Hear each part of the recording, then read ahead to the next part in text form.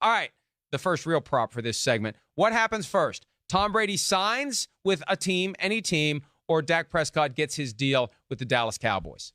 That's got to be Tom Brady signs with the team, right? I would imagine Tom Brady's not going to be a free agent for very long. I would say it's probably only going to last a week.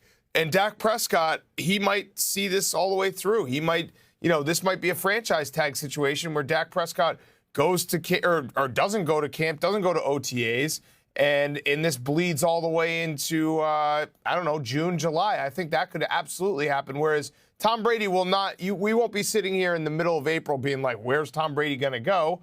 He's going to sign with a team within the first week. I agree with you. And with Dak Prescott, one thing we have to discern is what is the real deadline? Is it the deadline for the application of the franchise tag? And look, if a new CBA gets done, the Cowboys don't have a franchise tag and a transition tag to play with. They have one or the other.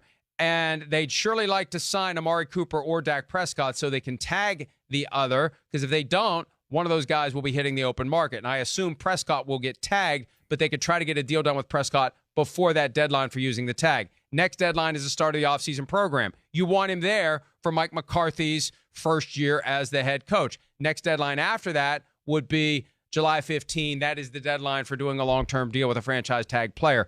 I still think that you're right. Brady's going to do a deal with someone, Patriots or someone else, before Dak Prescott signs that contract. And I say that because the guy's been resisting and refusing all efforts by the Cowboys to get him to give in. He's not going to give in now. He's got the leverage now, and I strongly encourage him to use it. All right, more likely to be a starting quarterback next year, Jameis Winston or Phillip Rivers? I mean, this one makes no sense to me. Jameis Winston is a future Hall of Famer. Jameis Winston just got LASIK surgery. Jameis Winston just went 30-30. Jameis Winston had the most yards in the NFL last year. What are we talking about? Jameis Winston, he's going to be a starter. He's going to get a long-term deal. Maybe not with the Bucs. If they're stupid, what do we say? Dysfunctional franchises do dysfunctional things?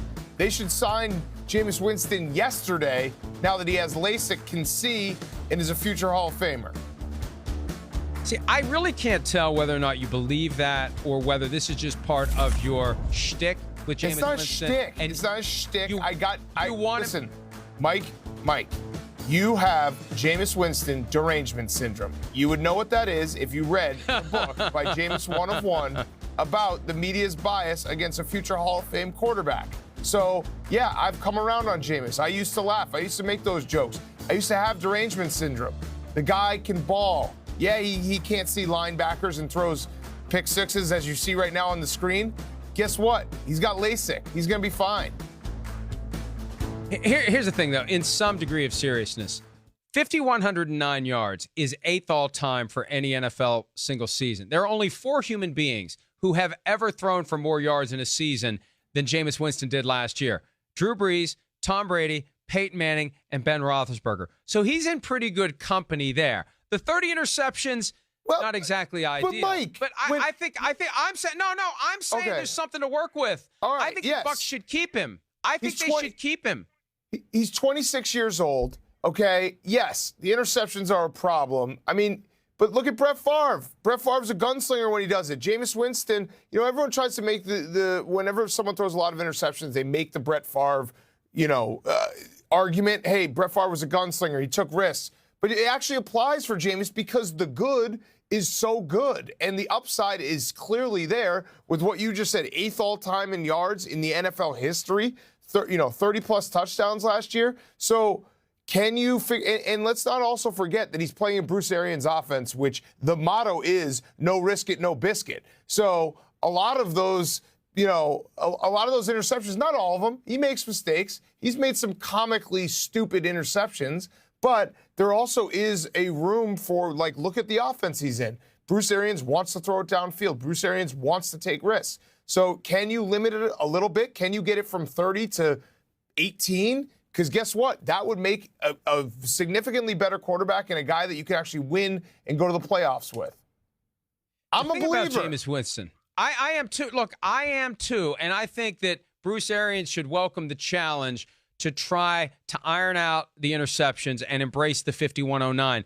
I just wonder how much Arians knows from spending a year working with Winston that maybe Winston doesn't embrace the things that they want him to embrace. Is he taking the coaching? Is he doing the things? Is he putting in the work? And the one thing about Winston that always bothered me, and it goes back to that game against Oregon in the national semifinals, where he just has those moments of his body trying to do more, or his brain wanting his body to do more than it can, and those pop up from time to time. And I don't know that you can ever fully harness that. That's the one thing that I don't like. You don't see a lot of other quarterbacks with those just goofy, cartoonish mistakes where they're just trying to make something happen. Hey, I'm just trying to make something happen. Well, you're not good enough to make the thing happen that you're trying to make happen. But still, 5109. I'm with you. Winston's more likely to be a starter this year than Phillip Rivers. I mean, Phillip Rivers, he had 7 interceptions in a pair of back-to-back primetime games. You think people are going to forget about that? It's funny. Phillip Rivers has a funky, ugly throwing motion. You don't notice it until he puts up 20 interceptions against 23 touchdowns and 7 in a pair of primetime games. And I just feel like between the two guys, Winston's a better option. All due respect to Phillip Rivers. I love Phillip Rivers. I love what he's done. But right now, I think Winston gives you a better chance to win than Rivers. Yeah, agreed. It's a no-brainer to me, especially considering age as well. All right, more likely to win another MVP award, Cam Newton, currently of the Panthers, or Matt Ryan, who is under contract for the next several years with the Falcons? This is a tough one, although, I'm worried about how both these guys are going to age, because Matt Ryan, we know, is not the most mobile. Matt Ryan's kind of, in a weird way, a quarterback of a bygone era where he doesn't have even, there's a difference between a mobile quarterback and a quarterback that can move well in the pocket and kind of escape, like an Aaron Rodgers versus a Cam Newton, where you could actually say both are kind of mobile quarterbacks. Matt Ryan is neither. So I'm going to stay Matt Ryan just because we know what his next few years look like. He's going to be on the Falcons.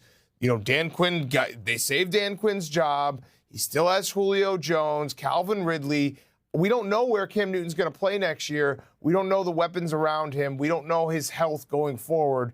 But I would definitely, for the option here was neither, and neither will even finish top 3 overall in MVP voting. That's what I would pick.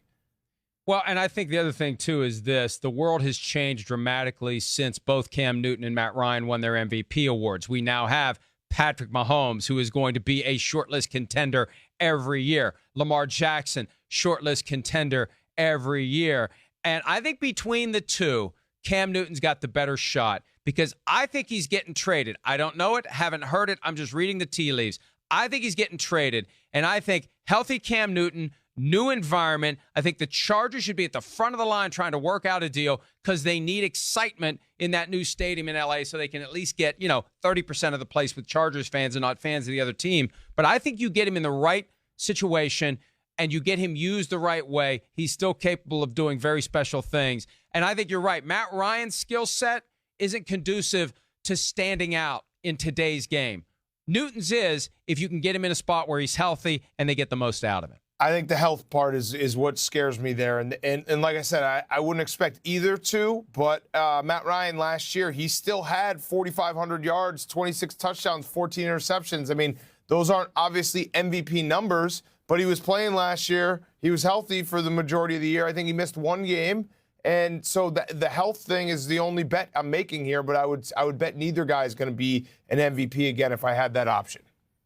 More touchdown catches in 2020. Jason Witten, who would like to return to the Cowboys, but that hasn't been finalized yet, or Greg Olsen, who signed this week with the Seahawks? That's a tough one. I'll go with Greg Olsen just because he's my guy. I'll go with Greg Olsen. He'll work well with Russell Wilson, and he's got definitely more in the tank than Jason Witten. Obviously, both players on the back nine the last couple, 17th, 18th hole of their career, but Greg Olsen definitely has more left in the tank than Jason Witten at this point. Yeah, I agree with you. And look, I don't know that the new Cowboys regime even wants him. He's a Jason Garrett guy. There's a chance he's going to end up with the Giants, which would be awesome if he's playing for the Giants. Not that he'd be the number one option there at tight end. He's not going to be the number one option anywhere. Just the question is, does he want to keep it going as a player? I think his longer-term goal isn't to go back to broadcasting, it's to get into coaching. So I think that's part of the analysis for him as well. I'll go with Olsen because he's under contract with a team. We know he's going to play. For now, we don't know what Witten's going to do. All right, last one, very important as we head into Combine Week. Which quarterback will the dreaded anonymous scout rip first, Joe Burrow or Tua Tagovailoa? I think Tua. I think you'll hear the something about his family, moving with him to Alabama, maybe their helicopter parents. That seems like something that anonymous scouts would like to throw out there to try to, diminish his skill set, even though the two are not related whatsoever. I think Tua will get the first anonymous scout. Yeah, I think so too. Also because it's kind of locked in that Joe Burrow is going to be the number 1 overall pick. I mean, the reason the anonymous scout rips a player, and this is the rule of thumb that we need to keep in mind every year at this time. If a team really likes a guy, the team will use the anonymous scout privilege to rip the guy in this bizarre football Machiavellian effort to make sure the guy slides down the board so they can draft him. So if you love a guy, you talk crap about him. If you hate a guy, you praise him because you want some idiot ahead of you to take him, pushing down the board the guy you actually want. That is the most accurate rule of thumb as it relates to pre-draft chatter. And I think with Tua, there's more of an opportunity to engineer a slide. So there's going to be a greater temptation for a team that's maybe in the teens that would like to get Tua to start saying all sorts of bad things about him. So maybe he does like an Aaron Rodgers type of a free fall all the way into the 20s, Big Cat. Oh, well, the Bears should get back up there and try to snag him. Isn't this draft stuff so much fun? How we're talking about, adults ripping 20-year-olds just so they can get maximum value out of their contract. It's great. It's a great time. Well, and that's, you know what? Several years ago, I quit trafficking in that. I won't write about it. Well, we'll only write about it when we're making fun of someone who has eaten the garbage again and publishing the exploits of the anonymous scout without acknowledging that there is a very real motivation for teams out there to put bad things into the media in the hopes that they can ultimately draft the guy when it's time to put names on cards. Hi, I'm Mike Tirico, and thanks for watching. Make sure to hit subscribe for the latest news and highlights from NBC Sports.